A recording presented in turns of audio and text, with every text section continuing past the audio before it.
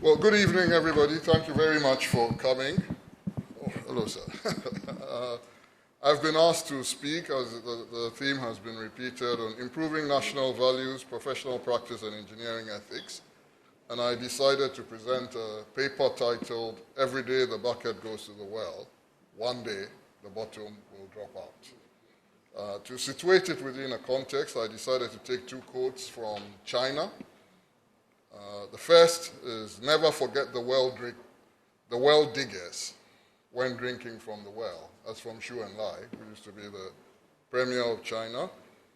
And the second is, "The chief purpose of mobilizing people's initiative is to develop the productive forces and raise living standards." That's from Deng Xiaoping. So now I get into the speech properly, and I just warn that I will speak a bit quickly because this is a big subject. There's a lot that I want to get through, and yet the Chief Justice is a very busy woman, so if I'm not careful, she can throw me into jail if I go on too long. So I want to speak quite quickly. So chairperson, senior engineers, I see several of them here, and all other engineers and professionals, citizens, not spectators, ladies and gentlemen, allow me to stand on existing protocols. I have deliberately left out spectators. It is immoral, unconscionable, and unacceptable in the times we live for any of our compatriots to be content to be a spectator. For the times, they are worrying. It is with great gratitude that I have come here to speak today, but I am not without a significant amount of trepidation as well. I forget that there's a difference in height between me and the Chief Justice.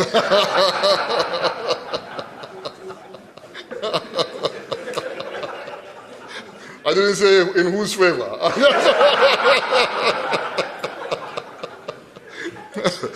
It is with great gratitude that I have come here to speak today, but I am not without a significant amount of trepidation as well. I am grateful because when your colleagues select you out of millions of your compatriots to speak on such a subject, it is complimentary.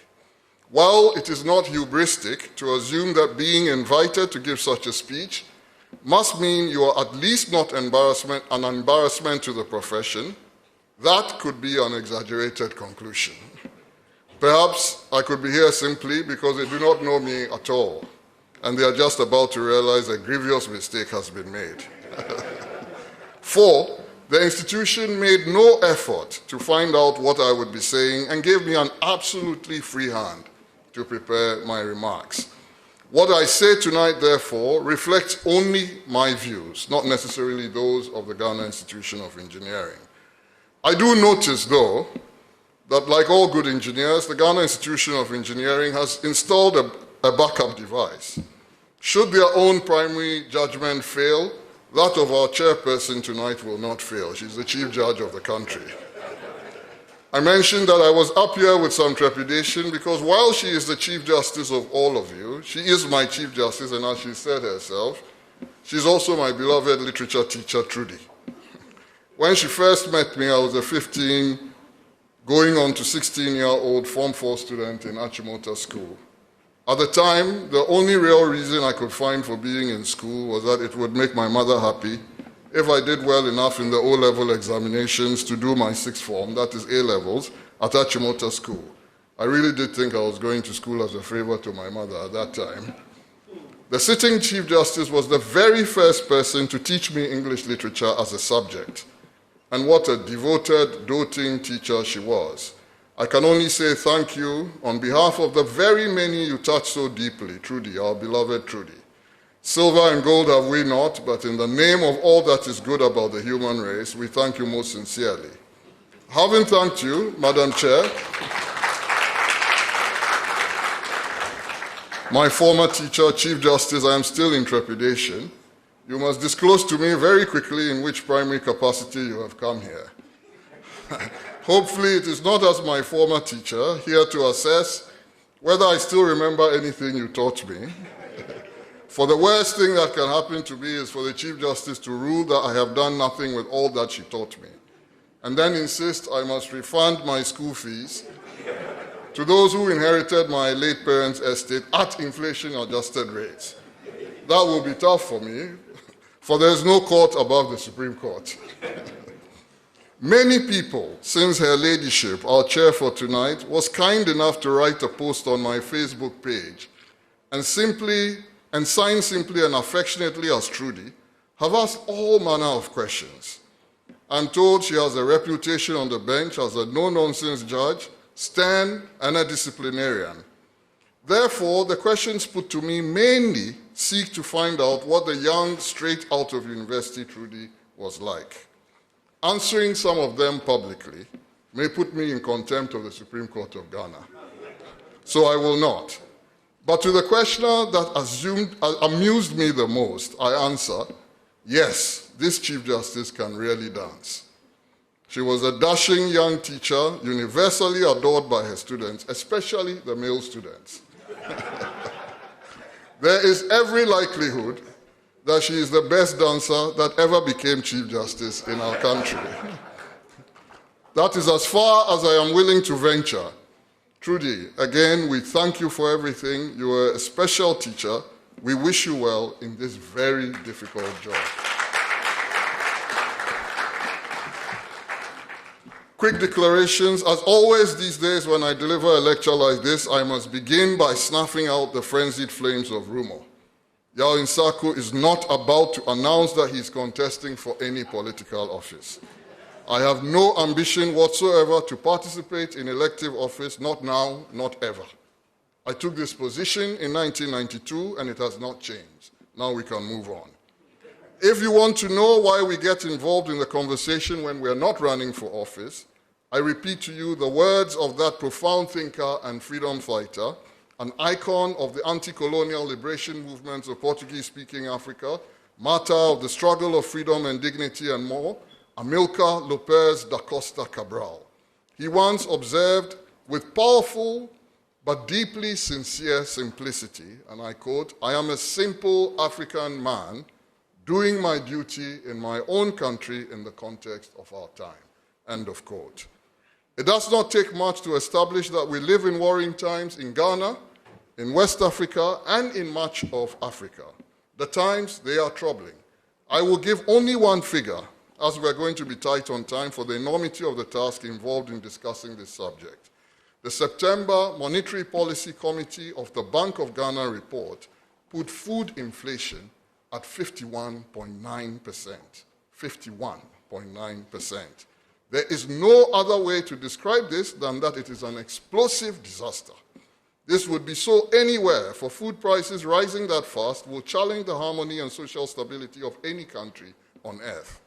We cannot afford to be complacent when things are in this space, and we are also heading to elections in 2024. Too many people in Ghana live in mass misery. Too many people have nothing to lose. If those who have most to lose, the bourgeoisie, the upper classes, the ruling elites, just sit and watch the cracks, eventually the bottom of the bucket of society will drop out. It may not be a beautiful and controlled drop. If we do nothing now, which is already quite late, we could see a detonation. James Baldwin's "The Fire Next Time" could easily become our fire right here. This must become an urgent responsibility for us all. We cannot sit and simply be spectators as the society falls apart. We get involved because we are citizens, not because we have partisan political ambitions. We, citizens, fought for and secured this Fourth Republic of Ghana. The Fourth Republican Constitution, however imperfect it may have turned out to be in the hands of a predatory political class, was born dripping with blood, tears, and sweat. The blood of the many patriots who died in battle against military dictatorship, the tears of the martyrs, the victims of persecution by the Ghanaian Gestapo of that era, and their relatives and loved ones who lived in fear at what could happen. Of course, as well as the sweat of all those who still try to eke out an honest buck in this impossible economic set of circumstances that characterize our existence. In 30 years of the Fourth Republic, we have created a society in which 7 out of 10 of our compatriots live in poverty, having to get by on average family-sized budgets and these family sizes are on average 5, average family size budgets of 140 Ghana cedis a day. 5 people, 140 Ghana cedis a day. That is the average that is available to 70% of the population. It is a crime against humanity that we have allowed this to happen. As though this is not enough, we have also created a society in which our entire ecological system is now endangered by illegal mining, what we call galamsey. We seem helpless as flora, fauna, water bodies, and the earth itself have become transmitters of death, morbidity, and poison. The tale of woe is long. About all I can say for this so-called democracy is that I can state even uncomplimentary facts about power before the Chief Justice and not risk liquidation or even arrest by the Ghanaian Gestapo. I concede that in this regard, things are less bad, but I do not celebrate at this. We have created this mess, and we must solve this mess. Or else, what will we tell the ancestors when we are reunited with them? That we just watch their toil and struggle dissipate as greedy and predatory neoliberal politicians squandered the resources of the state and impoverished the masses further? Between 2000 and 2022, according to Afrobarometer, public approval of democracy has dropped by a whopping 1,200 basis points in this country. Read into that what you want, but it is a very worrying trend. Ladies and gentlemen, what will we say when we meet Professor Kojo Aduboahin, Kontopiat, Professor P.A.V. Ansah, Professor Kwame Jechi, Christian Apiaje, B.J. Darocha, Justice Amwasechi, Peter Alajete, and many of our ancestors who fought with their all to secure this dispensation? It is a very scary thought. What will we tell them when we also arrive at the land beyond the river? In his powerfully rendered essay, Discourse on Colonialism, Aimé Césaire begins on a thundering note of condemnation of European colonialism. I borrow it with a very slight modification to fit our Fourth Republican context. It should cause deep reflection for all of us who live with the deterioration of everything, especially of values, principles, and ethics, that the Fourth Republic has come to represent this state of anomy. Modified for the context, Aimé Césaire's famous opening paragraph would read to Ghanaians as, "A civilization that proves incapable of solving the problems it creates is a decadent civilization. A civilization that chooses to close its eyes to its most crucial problems is a stricken civilization. A civilization that uses its principles for trickery and deceit is a dying civilization. The fact is that the so-called Fourth Republic of Ghana, as it has been shaped by 3 decades of bourgeois rule, is incapable of solving the 2 major problems to which its existence has given rise. The problem of mass misery and the anomy problem. That the ruling elite is unable to justify itself before the bar of reason or before the bar of conscience. And that, increasingly, it takes refuge in a hypocrisy which is all the more odious because it is less and less likely to deceive. Fighting and ominous words. Therefore, we, all of us, must solve our problems or else we die. The bottom will drop out." A night of orature, back to Dunia Cinema and Hotel Kumbaya in Nima, Accra. I was asked for a slogan, huh? As many know, I do not like to deliver lectures of over 45 minutes alone. Persuaded by the efficacy of the orature technique in our endogenous systems of communication, I prefer orature to the monologue lecture mode. It is worth saying that the writings of the late stalwart Pan-Africanist scholar, Professor Michel Remugo, convinced me the most on this. To properly set up a night of orature, I must go back to our heritage and rich traditions of storytelling. So here goes. At Dunia Cinema in Nima, where Chuck Norris was the king of kings and star celebrity, not all were as fortunate as our now highly reputed psychologist Norte Dia and his friend Danjuma Wangyu. Norte and Danjuma had the funds to pay the entrance fee to enter and see the film. Many others did not, for in those days and even now, Nima was home to many who merely survived rather than thrived. When any Chuck Norris movie ended, there would be a crowd of expectant youth waiting to hear about the latest exploits of their star and celebrity, the revered Chuck Norris, the man they fondly called Chuku Norris. This expectant crowd would shout as soon as they saw the filmgoers exit, asking how the great Chuku Norris had managed to liquidate and stampede the bad guys this time. For Chuku Norris was known indeed to stampede his enemies to death. In response to this question, the privileged filmgoers like Nortedio, my good friend, would be ready. They too would scream back to their excited audience, "Ha! Chuku Norris, ina stampede." And the now frenzied crowd, eager to hear more, would part ask and part say, hoping for more details. Nah, serious. Almost with rhythmic choral orchestration, the spaces between Dunia Cinema and Hotel Kumbaya would then be filled with equally reverberating chants. Nah, stampede. Nah, serious. Nah, stampede. Nah, serious. Nah, stampede. Nah, serious. I suspect those of you familiar with orature techniques have figured out already that this is going to be our chant tonight. We will give this speech together. When I say, "Nah, stampede," I want you to bring the roof down by screaming louder than the crowd at Dunia Cinema. Nah, serious. There will be no tolerance of bourgeois stiffness. Even her ladyship will join us, for she does what her favorite student wants, so long as it keeps him focused on his work. That is the way it always was, and that is the way it is going to be. At least that is my version, and I'm sticking to it. So shall we try the chant? Nah, stampede. Nah, serious. Nah, stampede. Nah, serious. Okay, let's go. Now let us get on with what we are here for, discussing under the theme Improving National Values, Professional Practice, and Engineering Ethics, a paper titled with inspiration from one of the biggest global superstars to ever have graced the surface of this earth, the revolutionary reggae singer Robert Nesta Marley. Every day the bucket goes to the well, one day the bottom will drop out.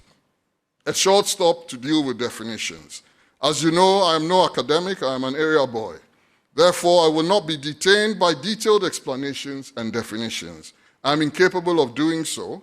Yet, it is important that we establish uniformity of understanding of what we are discussing. Let us begin with some views of academics who also happen to be professionals. The book, Values and Ethics in Coaching, written by 3 leading scholars on the subject of professional ethics, Professor Iona Iordanu, Rachel Hawley, and Christiana Iordanu, is very highly regarded by many.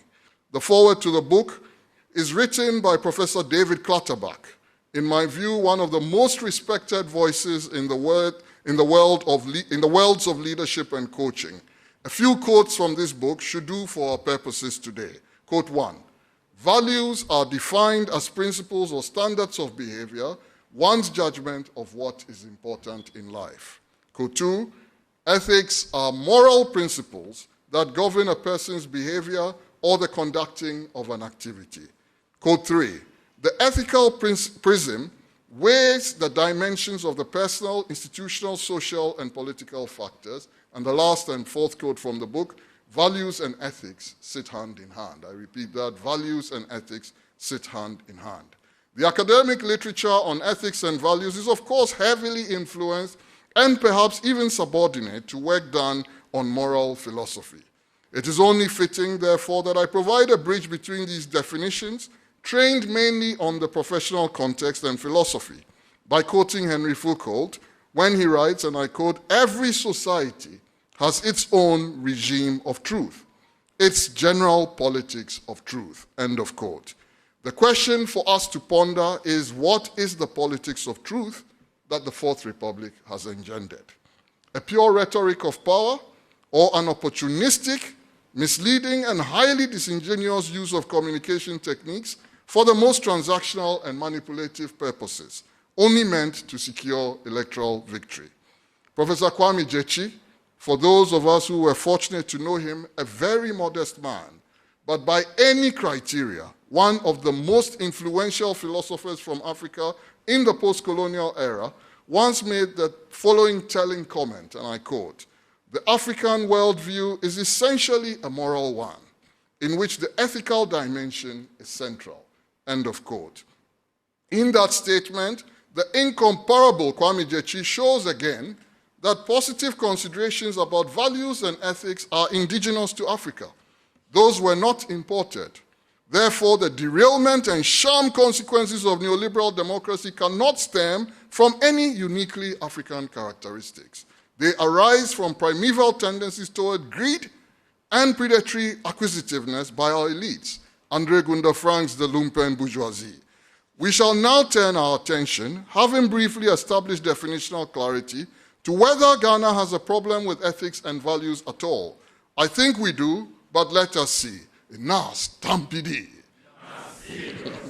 The moral dilemma of neoliberal capitalism and some of its fallouts.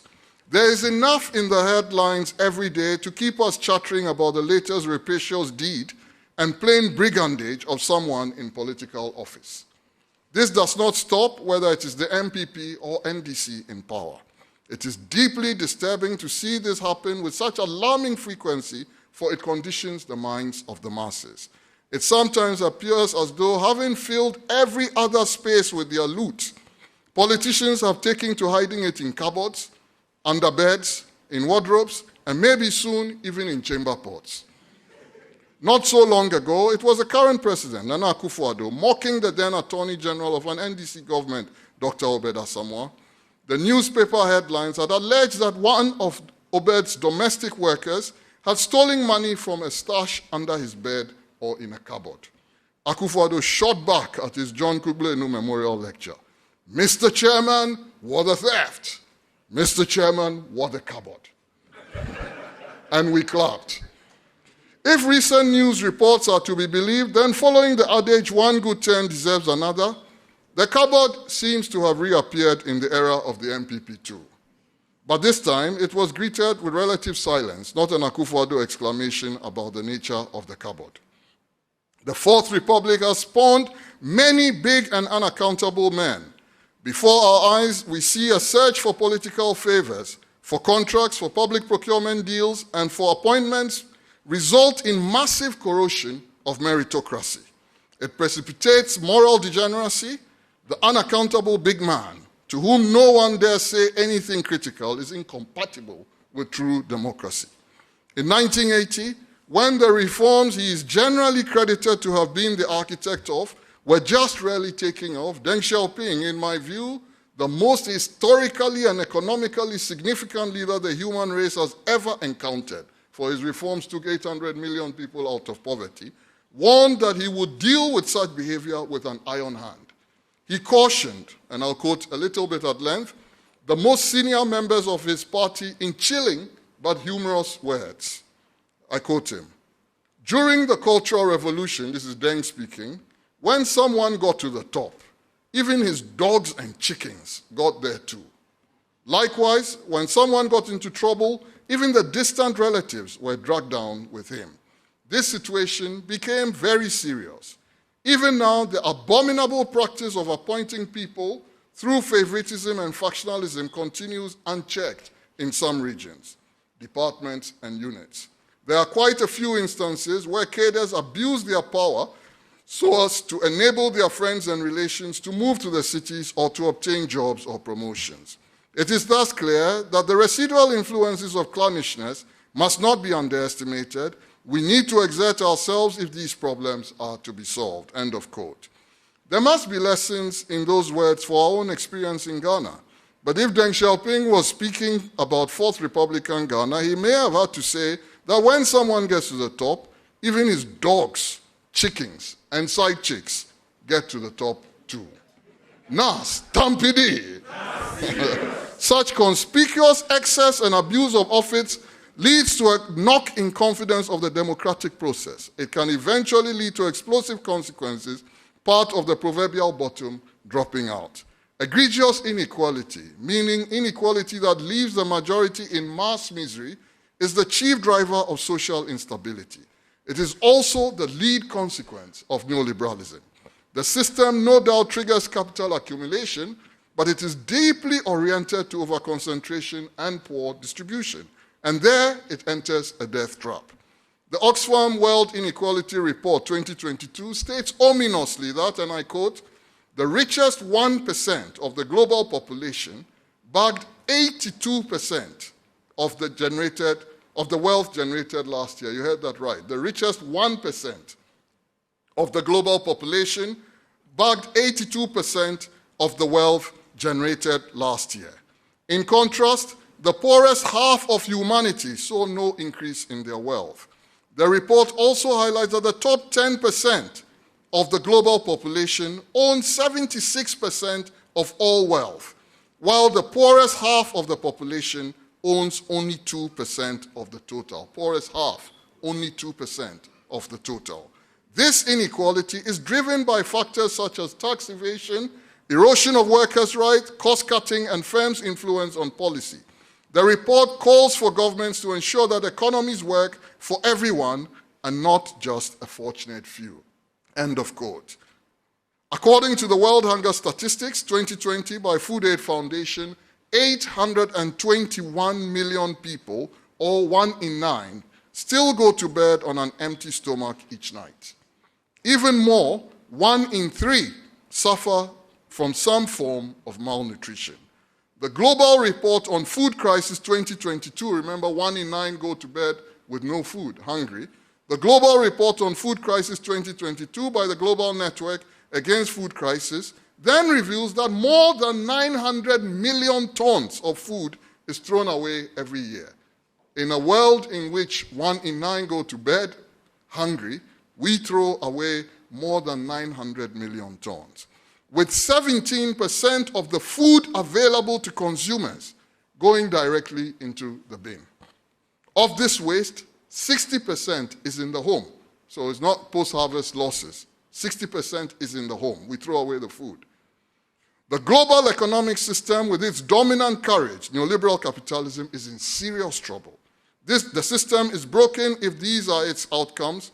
I would say the system is even dangerous if these are its outcomes. As my friends in East Africa will say in Swahili, neoliberal capitalism is the scourge of modern humanity, kabisa, the chief ethical issue of the human race in the 21st century. I do not know about you, but I was particularly rattled by the 2020 Oxfam World Inequality Report. With the world in the throes of COVID and rattled to an existential extent, millions of workers were laid off in all kinds of schemes. Business said this was necessary to protect its collective model, and therefore these mass layoffs were essential for the very survival of capitalism. Then here came this report saying the net wealth of the world's billionaires increased by 30% during the first 6 months of the coronavirus pandemic. Wealth inequality is nothing new, but even for people like me who have no issue whatsoever with people getting rich from their honest labor, we must concede something is wrong. The insensitivity and callousness that sends hundreds of millions of people away from work and dignity, while a few disproportionately increase their colossal wealth, is simply put spiritual wickedness. The Oxfam report found that, listen to this carefully, that the world's 2,153 billionaires had more wealth than that of 4.6 billion people combined, meaning they were wealthier than 60% of the Earth's entire population combined. The Oxfam report also estimated, wait for this, and remember that the Chief Justice is also an African woman when I say this, that the world's 22 richest men have more wealth than all the women in Africa combined. 22 richest men have more wealth than all the African women combined, and there are African billionaires who are women. So you strip them out and then you see what the reality, what the majority is. The report says women and girls who spend billions of hours cooking, cleaning, and caring for children and the elderly are the backbone of our global economy, yet benefit the least from it. Paul O'Brien, Vice President of Policy and Advocacy at Oxfam America, said in a release about the report, he continues, "It's no accident that while most billionaires are men, Women handle the care work and dominate the least secure and lowest paid jobs. Women and girls are subsidizing our sexist economies, enabling rich, white, male billionaires to accumulate vast fortunes at the expense of the poorest. End of quote. To me, this is the #1 moral, ethical, values, and philosophical crisis facing humanity in the 21st century. The fact that so many languish in mass misery in a world that also has so much wealth and yet cannot distribute it properly because a few must hoard to satisfy their greed. This stark reality of mass poverty and its associated indignities are the biggest threat to humanity. They make the world an unstable place. The wonder is why policy addiction to the directions that produce such outcomes continue to be favored to the point of mindless addiction by so many in Africa. Ghana is no exception, and we are witnessing the evidence. As a chemical engineer, I know that the laws of osmosis and thermodynamics both drive natural corrections when one side has too much and the other has too little. The second law of thermodynamics indeed argues that the total energy in a closed system remains constant. Yet, neoliberals have built an economic model in which over-concentration of wealth, extreme income polarization takes place and dangerously leaves out many from the fruits of development. We know from our engineering practice that a system that has no self-correcting mechanism to ensure fair distribution soon explodes. Is our Fourth Republic heading there?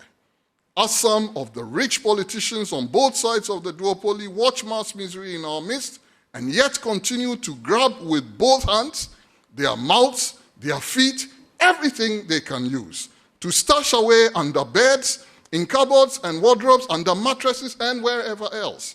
In Nigeria, people even hid money in polytank water tanks and buried them.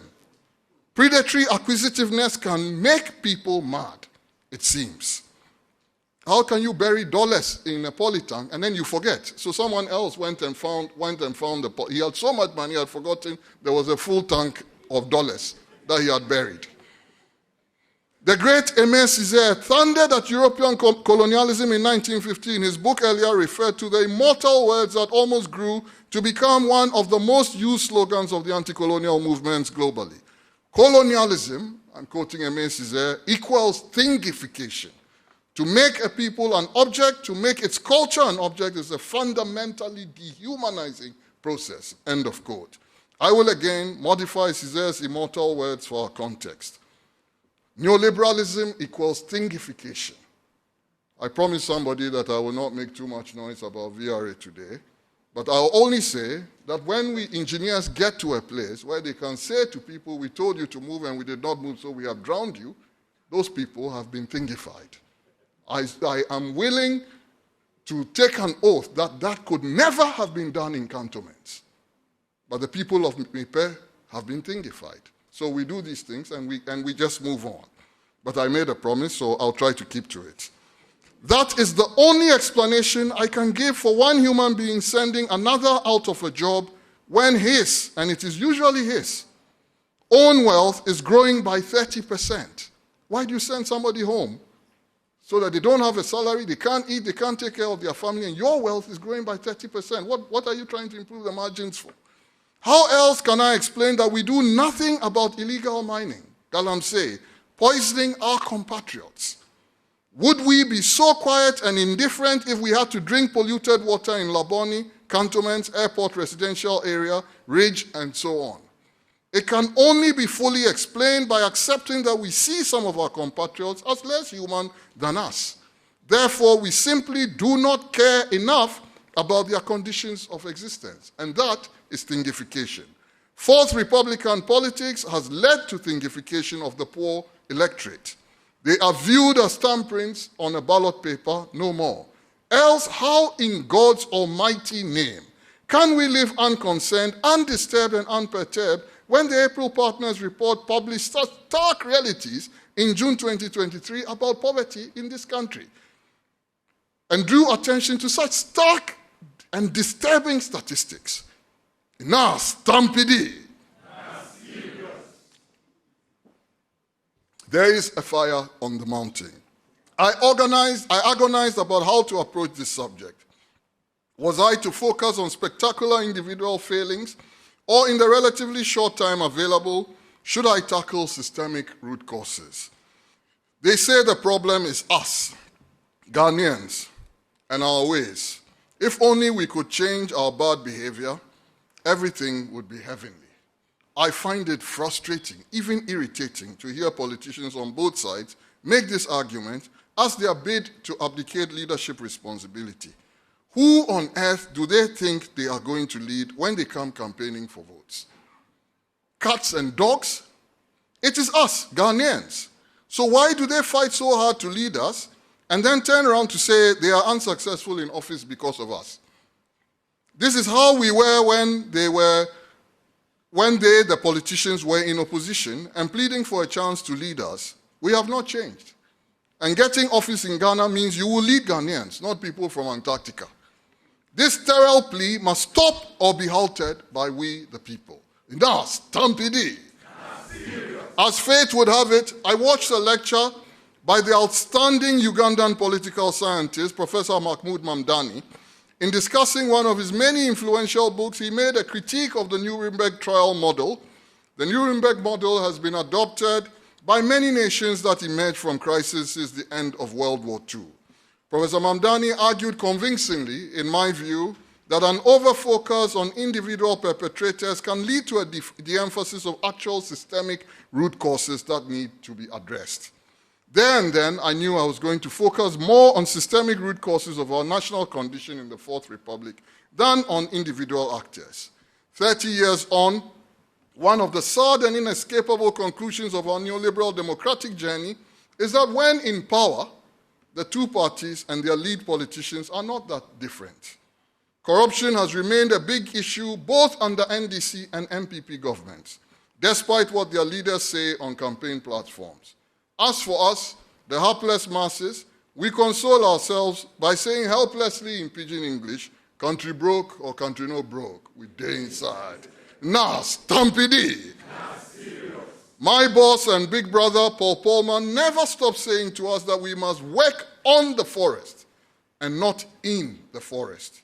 It is easy to get lost in the weeds and think you are making progress, but the real opportunity is to make structural and fundamental changes to the entire ecosystem. This is also the lesson, and I see that some of them are here, that I learned from the senior engineers who trained me at Unilever. People like our own Avancula Inspirer, Andrew Kwesin, who I'm so grateful to see here, like the indomitable and unshakable Kwame Adai, who is signaling me to keep quiet. I was just going to point to him. I wouldn't do that. But look at the man who is laughing the most. And of course, Beneni J, Pamela Albert Texan, Kofi Folson, and the late Emmanuel Agana. Emmanuel Agana in particular mentored me, sad that he died so early. Especially in accident reporting, focus was always on how we were going to fix the fundamental root causes, not symptoms. Any number of the quality gurus would tell you this for free. From W. Edwards Deming, I'm with an engineering crowd, so I think you know these names, and Joseph Juran, through to Kaoru Ishikawa, Genichi Taguchi, and Akio Morita, to Philip Crosby, Shigeo Shingo, and many more. Of course, to me, the greatest quality master of all time is my first manager, Joseph Tusa, the formidable biochemist who took me under his wings when I joined Unilever as a national serviceman. God bless all my bosses. I will keep fidelity with that training, therefore, and focus on systemic matters. Before doing so, though, it is worth establishing that we do have a major crisis of ethics and values in this country with some simple illustrations. The Ghana Integrity of Public Services Survey, GhIE-PSS, is a survey conducted by the Ghana Statistical Service in partnership with the Commission for Human Rights and Administrative Justice and the United Nations Office on Drugs and Crime, UNODC. This survey aims to provide internationally comparable measures of corruption and support the implementation of policies to achieve Sustainable Development Goal 16, which seeks to substantially reduce corruption and bribery in all their forms. The 2021 Made in Ghana Integrity of Public Services Survey report, which was launched on July 21st, 2022, revealed that almost 5 billion cedis was paid in cash as bribes to public officials last year, 5 billion. The report also indicated that 9 out of 10 bribes were paid in cash. You heard that right, cash. Any wonder beds, wardrobes, chamber pots, and cupboards are now hiding unholy stashes of loot. They demand money for favors in the public sector, and they want it in cash. Because go electronic, and you may be hauled before Her Ladyship, the Chief Justice, to explain the transaction trail. In fact, this week, those of you who follow the story would have seen somebody who is trying to become an MP for one of the political parties saying not only did he have cash, he said he has dollar. He would do better than his contestant because he has top dollar. It's not a CD that he's going to get. He's bragging about this to the media. To facilitate such evil flows of funds, our political elites have created a dense and opaque climate for the movement of huge amounts of money, so their footsteps, dripping with ill-gotten wealth, cannot be tracked. The pointers to this are many, and I will not dwell on them, but study the Auditor General's annual reports, the perception studies of Afrobarometer, the Global Financial Secrecy Index, and many more. Sadly, they point to the same trend. That we may still apply Professor Kofi Awono's expression when he described the Supreme Military Council of General Kutu Achampong. The Fourth Republic seems to have collapsed into an elite compromise that has supervised an era of organized thuggery and brigandage. Now, stampede. The rise of anomy conditions and non-beneficial culture. Amilcar Cabral was right when he described freedom itself as first and foremost an act of culture. So is political corruption and the attendant collapse of values and ethics. I hasten to add that I see culture as a consequence of deliberate choices, of acts of omission and acts of commission. Culture is not genetic. It is learned behavior, first as individuals and then at scale as society. Therefore, with courageous and determined leadership, culture can be made wholesome. That is an inescapable lesson from history. Wherever the rule of law is established and respected and enforced by competent states, culture shapes up. Unfortunately, neoliberalism preaches retrenchment of states, with the result that we end up with incompetent states that cannot enforce their own good laws.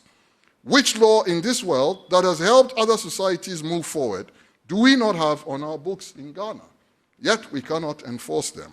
So we are saddled with the dangers of illegal mining, haphazard building practices, chronic noise pollution, indiscriminate littering, feudal land grabbing practices, open defecation at higher levels than we should tolerate, burglary, indiscipline on our roads, leading to unacceptably high fatalities, official corruption, and now as you heard, even official drowning of people, and much more that is simply contemptible. For which of these do we not have laws? Yet the anomy beat goes on. When people begin to realize there is no certain consequence for breaking the law, they take liberties with it. Incompetent states breed Robinson Crusoe societies. Therefore, and in Robinson Crusoe societies, you soon get Santa Claus democracies like we have now. The politicians show up once every 4 years, bearing gifts like Santa Claus at Christmas for the populace. Sometimes I'm told the gifts even include the traditional tool for administering enema, what is known in the local parlance as Bentua. When people are willing to give their votes for Bentua, they are also saying in their own way that they have lost confidence in the politics of the elite. For they do not behave in the same way when it comes to selection of their paramount chiefs. Unsurprisingly, dangerous deviations begin to show up in the space of the moral culture of the people. I will illustrate with a few anecdotes and sayings that are common in Ghana. No doubt many of these sayings were originally well-intentioned, but the fish rots from the head. When a people see their leaders knee-deep in corruption, the debasement spreads like a cancer. Anomy conditions, the collapse of values in society, are unfortunately very contagious. As part of my effort to make my hero, good old Professor Ngugi wa Thiong'o, a bit happy, I will not be translating any of these renditions of street sayings that I make in local languages. So if you can't speak the language, you look to somebody in the crowd and they'll interpret it for you. People steal in plain sight and parade high society showing off ill-gotten wealth As if to say, like the account song, may your brand here, cigarette Simano, may bommy walkings, cigarette Simano. You know that song? May your brand here, cigarette Simano. Oh, be your brand here. BBR under control. Oh. May bommy walkings. We crossed the river to be with the ancestors. We cannot face Ahunhuonga and the 4 others that died during the Komipreko demonstrations. President Nana Akufo-Addo, you were the spokesperson of the Alliance for Change. Since then, you have become a member of parliament, attorney general and minister of justice, foreign minister, leader of the opposition, and then finally, president of the republic and commander-in-chief of the Ghana Armed Forces. Ahunu and others whose lives were cut short in their prime deserve better treatment. Their blood haunts us from the grave. If it is now impossible, for whatever reason, to bring the murderers of these people to justice, we must at least honor their memory properly. We continue to campaign for things to be named after members of a so-called Big Six. What about the ordinary people like Ahunhuonga who gave their lives in valiant struggle? A 14-year-old killed for nothing. Alas, my senior brother and comrade, Akoto Ampao, only a few days ago crossed the river to be with the ancestors. If it can be said about anyone that he did his bit, then lawyer Akoto Ampao, the man we fondly call Sheshe, is that man. Comrade Shea, may you finally find rest. But those of your comrades in the AFC who are still alive, I call on all the surviving leaders of the Alliance for Change to push for justice for Ahunu, Kweku Baku Jr., Kwesi Pratt Jr., Charles Reku Broby, Nyahota Maklo, and Kweku Poku. You are the ones I knew the best. This is a historic duty you must perform before this Robinson Crusoe society collapses into a heap under all the pillaging and takes us all down with it. We must not sit and watch as another June 4th, 1979 situation develops. I sound the warning again. Everyone with breath in their body must take up the issue of political party and political campaign funding. It is the root of all evils. Enough, stampede. Poor public sector governance and the attendant absence of security for those who strive for meritocracy. I have spoken publicly at some length about this only in July. Therefore, I do not wish to dwell on it too much today. All I wish to say is that we must change aspects of our constitution to insulate the appointment process from the manipulating hands of politicians. I have recently made some proposals for changes to the public sector board appointment process. I will just refer to a few of the things I mentioned and then move on. What I do know is that we are faced with a crisis. On some, if not many boards, there are a number of people there who have no clue what they are there to do. To be honest and meticulous in such a climate, you must have the strength of Samson and more courage than Che Guevara. It is a constant battle for the few that try. I now make these proposals for strengthening public sector governance, which I have repeated before on other platforms. A structural and determined approach must be taken to strengthen state competence. That is, specifically in this case, the effectiveness of boards of state-owned enterprises. A, amend constitution and all other relevant legislation to insulate strategic appointments in the public sector from politics and to give improved security of tenure to board members, assuming good performance. Above all, board members need courage and independence to be effective, especially in the public sector. More must be done to make it possible for them to pursue the path of integrity wherever it goes in the discharge of their duties. B, concretely, this should mean a radical departure from the current state of affairs where the president and his people appoint nearly every SOE board that matters, to one where vacancies are advertised publicly, professional search committees are put in place, and recruiters are used to interview prospective candidates. The results of such interviews must be made public on demand. For high-profile jobs like the Chief Justice, Willie Mutunga, wearing an earring, would never, ever have become Chief Justice of Kenya if we use the sort of process that we use over here. But look at the reforms he led in Kenya. The interview should even be done publicly in the media. These measures will help restore the independence of the public sector. There are now too many instances of boards that lose courage because they are aware they live and die at the pleasure of their political masters. It leads to a very poor corporate governance outcome. Such appointments should then be solidified with performance-based contracts, spelling out what boards are expected to achieve in granular terms, how long they will exist for, how the boards will be evaluated to establish a look of failure, and also, hopefully, a look of success. These will then become an objective and transparent criteria by using merit-based tools to recruit, retain, and reward board members for what is an onerous responsibility if it is done well. I'm not talking magic. This is done in Singapore. So if you think it's not done in this world, it is done there. Rwanda is very close to this, if you need an African example. The situation in Ghana since the beginning of the Fourth Republic, Madam Chair, is that as soon as a government changes, all boards of SOEs are also changed. This is deleterious to development progress. Boards grow when they get continuity and deepen sector knowledge and understanding.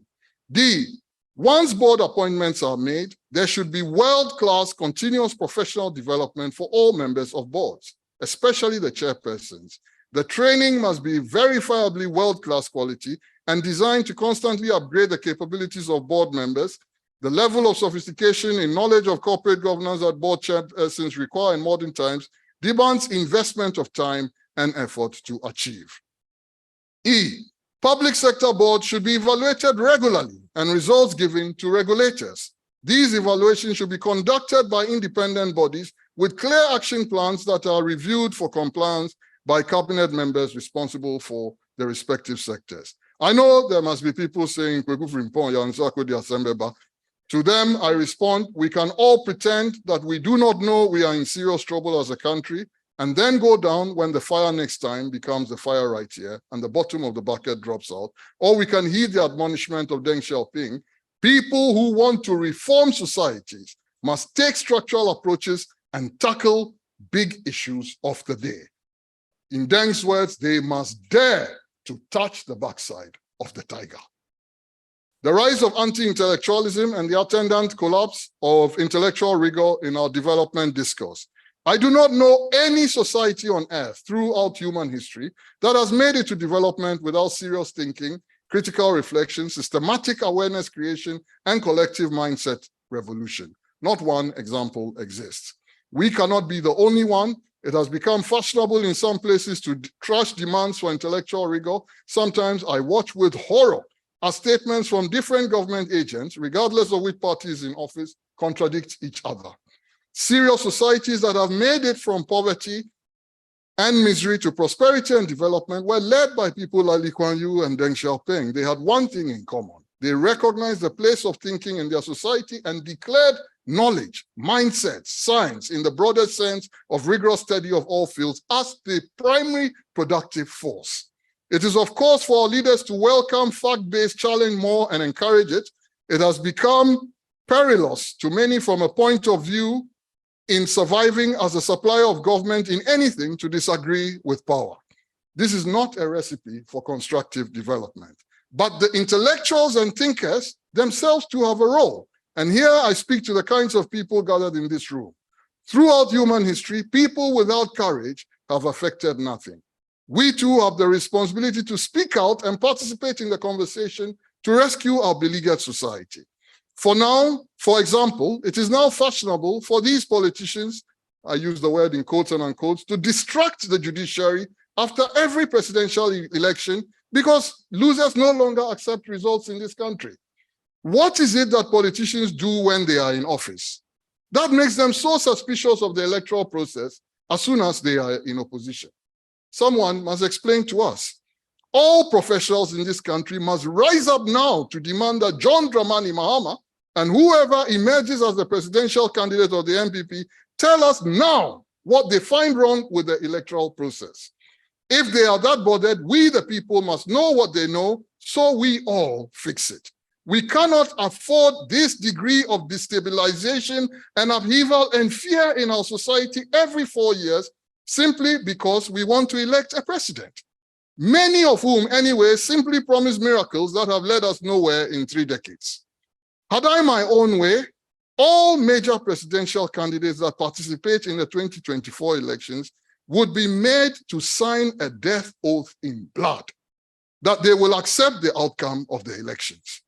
Every 4 years since 1992, The bucket of elections has tested the peace of this country severely. If we leave it that way, one day the bottom will drop out, be sure. Democracy and development must mean democracy and development for the masses. We cannot achieve that without peace and harmony and stability. When I see how even intra-party elections and contests are now characterized by violence, what has happened to our values and ethics as a people that we tolerate such scoundrel conduct from politicians who want to lead us? Enough, stampede. The uncontrollable rise of factionalism. Only because this subject saddens me deeply, I will be very brief here. All I will say is that no people who remain this divided in all things ever develop. In Ghana, we now put party before being Ghanaian or African. Whichever party is in power excludes the other. All boards, ambassadors, even handlers of public toilets are fired. No continuity, no space for mastery of the craft, just power grab. There is no route to development with this attitude. The 21st century winners will be those who learn to cooperate and collaborate in networks, alliances, and partnerships, even with those perceived to be their enemies by others. It takes an ecosystem to liberate and properly emancipate the productive forces. The perilous Russian roulette of a Santa Claus democracy makes people in office extremely insecure. People who must always look over their shoulders become susceptible to corruption, for they always worry what will happen to them if they are sacked. The absence of meritocracy has a corrosive effect on values and ethics.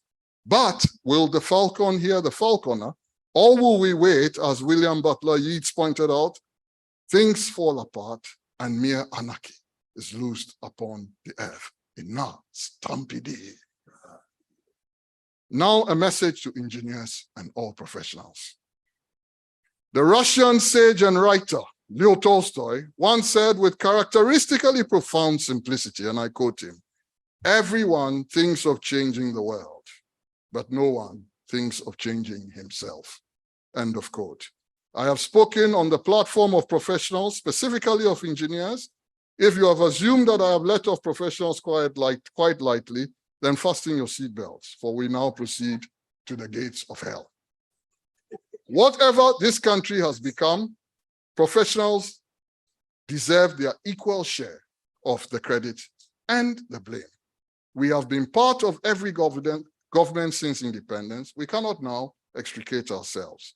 But I do not intend to sermonize at an individual level, for I believe that we must apply sanctions and the law must work where engineers and indeed all professions are involved. If it has become the case that everywhere professionals have become complicit in subverting the public procurement practices by paying bribes for deals and sustaining a system of political patronage, people must suffer for it. It should not be a matter of discretion to be an ethical or values-led professional that works for the long-term health of society.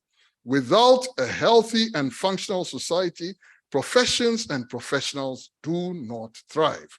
Almighty Lord, I can say it no other way. Professional engineers who do sloppy and shoddy jobs and deliberately thereby cause mass injury and fatalities should be jailed and struck off the professional roll. The professional associations must have the courage to do this, regardless of who is involved. Then we will see sanity return to this country. I can tell from the silence that sanity has already started. In our lifetimes, we will see that sanity. You cannot take public funds or even private funds to do a job, and then you construct things that kill people or damage the ecological system. I say it again, such professionals should be in jail somewhere. Of course, you as an institution of engineering should be involved in putting together all the professional development schemes, continuous education, competent incentive schemes, mentoring and coaching, proper regulation and standards, and so on. If in spite of these, pure greed, for that is what motivates all this, leads people to be willfully negligent, they must be adequately punished to serve as a deterrent. And when the day of judgment comes, we should not start making calls to the Chief Justice and start saying, you told us you were our friend, so help us, and asking our priests and chiefs and juju men to go and plead. That is the extent of my appeal. And now, Stampede. I now have a set of things I suggest the Ghana Institution of Engineering can focus on. I touch on this and then I'm done. The first thing I did when I was giving this subject was to reflect on what our national values are as a people and to ask a few of my friends.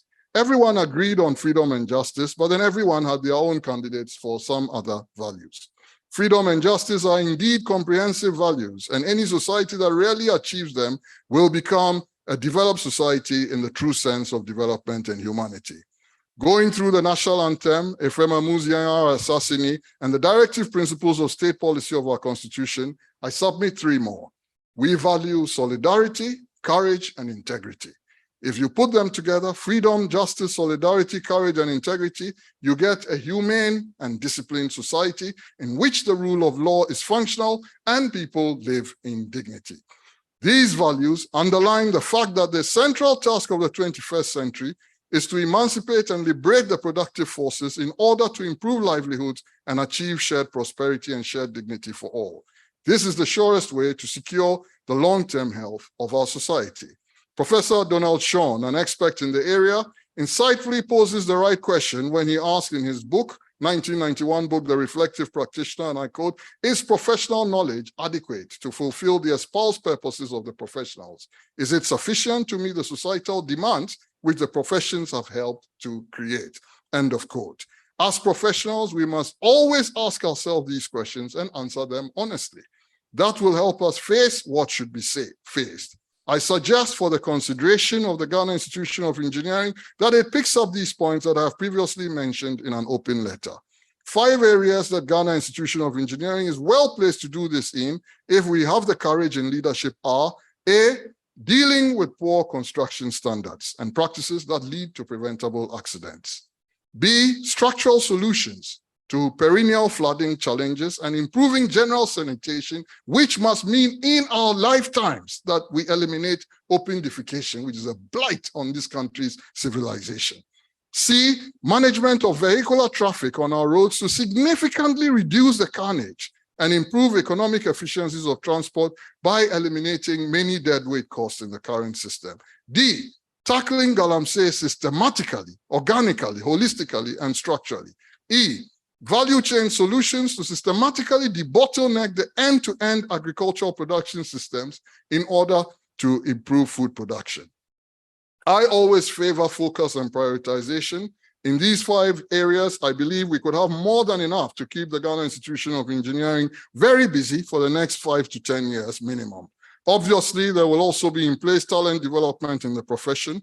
All of these areas will require that engineers stand up and organize. It requires courageous and determined leadership as well. The question for us all is, are we able to provide that leadership for our association? The revolutionary thinker Karl Marx, writing in 1845, is in the 11th thesis on Feuerbach, observed provocatively, as he was quite capable of, and I quote, "Philosophers have hitherto only interpreted the world in various ways. The point is to change it." End of quote. Those immortal words were inscribed on his tombstone upon his death. Can we change the situation? It is what we do next that will decide. So if it is to be, it is up to you and I. Will we? Now, Stampede. Now I close. Now we must close. What happens next is up to us. In his extraordinarily influential book, Man's Search for Meaning, among many other things, the psychiatrist and Nazi Holocaust survivor, Professor Viktor Frankl, made these striking comments. I quote him, "For the world is in a bad state, but everything will become still worse unless each of us does his best." End of quote. Viktor Frankl then added these immortal words I will never tire of repeating. They are indeed very powerful for reminding people that we can all make a difference with the right attitudes and mindsets. I quote Frankl, "We who lived in concentration camps can remember the men who walked the huts, comforting others, giving away their last piece of bread. They may have been few in number, but they offer sufficient proof that everything can be taken from a man, but one thing, the last of the human freedoms, to choose one's attitude in any given set of circumstances, to choose one's own way, end of quote. We have agency. That is the point of Frankl, even in the middle of this mess, to choose our own way. Which road will we choose? The road that liberates the productive forces to improve the livelihoods of all our compatriots, or the neoliberal road that enriches a small elite, corrupts the system to the point of destruction, and leaves our society dripping with mass misery? We each and collectively have a choice to make. It will definitely be worth the time and energy required for each of us to reflect on these words of the incomparable Amilcar Cabral, and I quote, "Therefore, national liberation takes place when and only when the national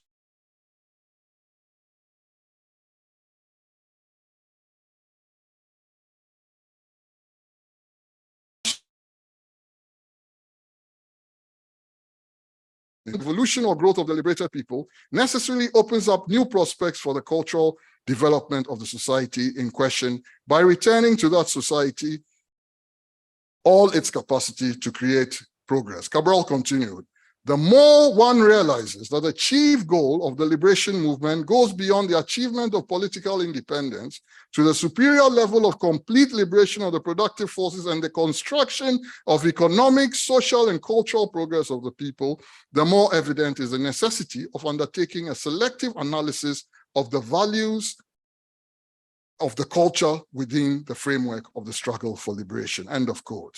This is true not just about independence. It holds validity in the cases of our search for true democracy, good governance, development, indeed everything. They say in Swahili, when they say uhuru, they mean independence, freedom. And Pio Gama Pinto used to say uhuru must mean uhuru for the masses. The day is coming, I hope, if we are willing to dare everything and work hard, when we, like James Baldwin, faced with the hopelessness of the present, shall also be able to say, like Baldwin, "The very moment I thought I was lost, my dungeon shook and my chains fell off." Before that day arrives, though, I leave you with inspiration of the slogan of the Portuguese-speaking anti-colonial freedom fighters and that of their Cuban comrades: "A luta continua hasta la victoria semper, victoria certa." Africa, Maibuye, thank you for listening. I'm done.